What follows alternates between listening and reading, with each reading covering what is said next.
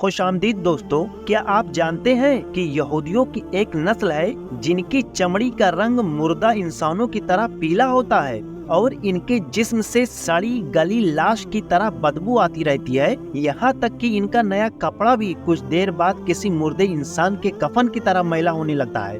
یہ لوگ اپنی یہ کمزوری چھپانے کے لیے بھلے ہی کتنے ہی عطر یا پرفیوم کیوں نہ لگا لیں اور کتنے ہی خوبصورت کپڑے کیوں نہ پہن لیں، لیکن ان کی ان 3 نشانیوں میں سے کسی ایک نشانی کی وجہ سے پہچان لیے جاتے ہیں۔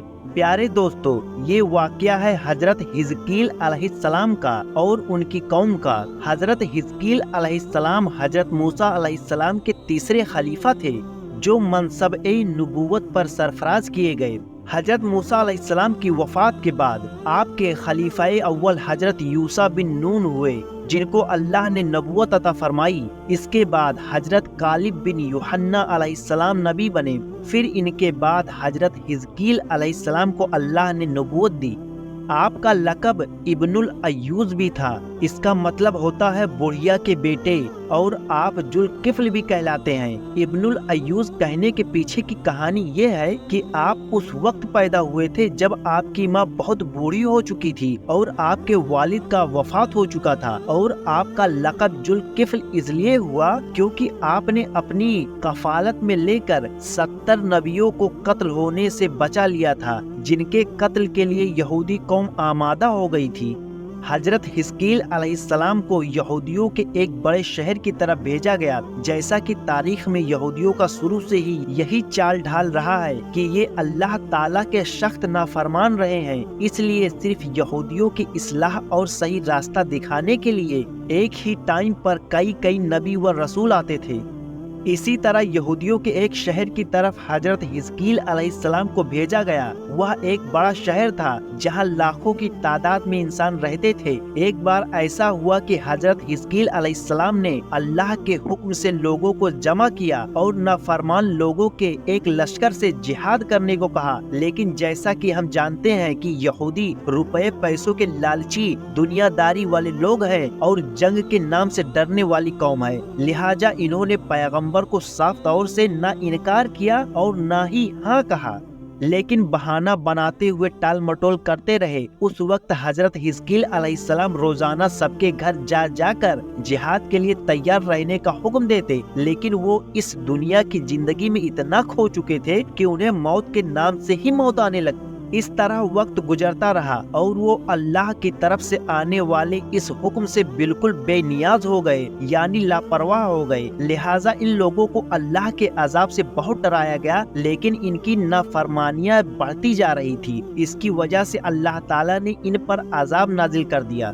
ایک دن اس شہر میں طاعون کی بیماری پھیل گئی اور روزانہ درجنوں لوگ اس بیماری سے مرنے لگے۔ اس قوم کے چالاک اور ہوشیار لوگوں نے جب یہ حالات دیکھے تو انہیں یقین ہو گیا کہ اتنی نافرمانی کی وجہ سے ان پر عذاب نازل ہو چکا ہے، چنانچہ وہ لوگ شہر سے نکل کر دور دراز جنگل میں جا کر پناہ لینے لگے اور وہیں بس گئے۔ شہر سے نکل کر یہ لوگ طاعون کی بیماری سے تو بچ گئے، لیکن اللہ تعالیٰ نے ان کے اوپر ایک اور عذاب بھیج دیا۔ ہوا یوں کہ اللہ تعالیٰ نے ایک عذاب کے فرشتوں کو جنگل میں بھیج دیا جس نے پہاڑ کی آڑ میں چھپ کر ایک بھیانک آواز نکالی اور بولا، تم لوگ مر جاؤ۔ اتنا کہنا تھا کہ لوگ اس بھیانک آواز سن کر سب لوگ مر گئے اور اب ان کو دفنانے والا کوئی نہیں تھا۔ اللہ نے ان کے اوپر ایک رحم کیا کہ ان کے جسموں کو جنگلی جانوروں اور پرندوں سے بچا کر رکھا۔ ان کی لاشیں ویسے ہی زمین پر پڑی پڑی گلنے سڑنے لگی اور ان 70,000 لاشوں کی بدبو کی وجہ سے جنگل میں اور جنگل کے آس پاس کی آبادیوں میں برداشت کے باہر والی بدبو پھیل گئی، جس سے پریشان ہو کر علاقے کے لوگوں نے فیصلہ کیا کہ ان کو ایک جگہ جمع کر کے ان کے چاروں طرف دیوار بنا دی جائے۔ کچھ دنوں بعد حضرت حزقیل علیہ السلام کا اسی جنگل میں سے گزر ہوا جہاں ان لوگوں کی لاشیں سڑ گل رہی تھی۔ جب حضرت حزقیل علیہ السلام نے اپنی قوم کے 70,000 لوگوں کو بنا کفن دفن ہوئے سڑتے ہوئے دیکھا تو آپ بہت ہی غمگین ہو گئے۔ اس کے بعد آپ نے سجدے میں گر کر اللہ سے دعا مانگنے لگے کہ اے اللہ، یہ میری قوم کے افراد تھے جو اپنی نادانی سے یہ غلطی کر بیٹھے اور موت کے ڈر سے شہر چھوڑ کر جنگل میں آ گئے۔ یہ سب میرے شہر کے باشندے تھے، ان لوگوں سے مجھے محبت تھی، یہ میرے دکھ درد کے شریک تھے۔ افسوس ہے کہ میری قوم ہلاک ہو گئی اور یہاں میں اکیلا رہ گیا۔ اے میرے رب، یہ قوم تیری حمد و ثنا بیان کرتی تھی اور تیری توحید کا اعلان کرتی تھی اور تیری کبریائی کا خطبہ پڑھتی تھی۔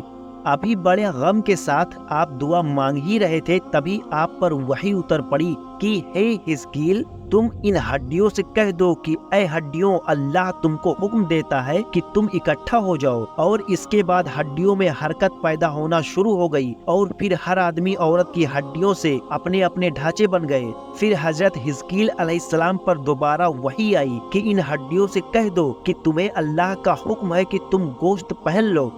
اس کے بعد سب کے ہڈیوں کے اوپر گوشت چڑھ گئے۔ پھر تیسری بار آپ پر وحی آئی کہ اب ان مردوں کو کہو کہ اے مردو، خدا کے حکم سے تم سب زندہ ہو جاؤ۔ چنانچہ جیسے ہی آپ نے یہ فرمایا ویسے ہی 70,000 لاشوں میں جان آ گئی اور وہ کھڑے ہو گئے۔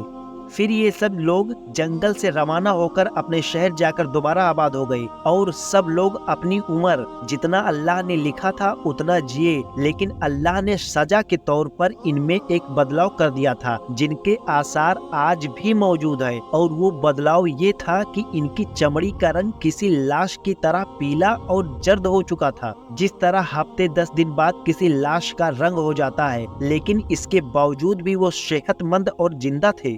ان میں دوسرا بدلاؤ یہ تھا کہ ان کے جسموں سے ایسی بدبو نکل رہی تھی جیسے 10-15 دن کی لاش سے بدبو نکلتی ہے، جبکہ ان میں تیسرا بدلاؤ یہ تھا کہ جو کپڑا یہ پہنتے تو کچھ دیر بعد ہی ان کی حالت مردے کے کفن کی طرح میلی ہو جاتی، جس طرح قبر میں پڑے مردے کا کفن میلا ہو جاتا ہے۔ یہ تینوں نشانیاں ان کی زندگی میں آ چکی تھی، یہاں تک کہ ان کے آنے والی نسلوں میں بھی یہ نشانیاں پائی جانے لگی، اور آج بھی ہزاروں سال گزرنے کے بعد بھی اس نسل کے یہودیوں میں یہ 3 نشانیاں موجود ہوتی ہیں۔ اللہ اکبر! یہ کتنی بڑی نشانی ہے جو آج بھی موجود ہے۔ اس واقعے کا ذکر قرآن شریف میں بھی ہے۔ سورہ بقرہ کی آیت 243 میں اللہ تعالیٰ ارشاد فرماتا ہے، اے محبوب، کیا آپ نے نہیں دیکھا تھا وہ جو موت کے ڈر سے اپنے گھروں سے نکلے وہ ہزاروں تھے، اللہ نے انہیں کہا مر جاؤ، پھر انہیں زندہ کر دیا۔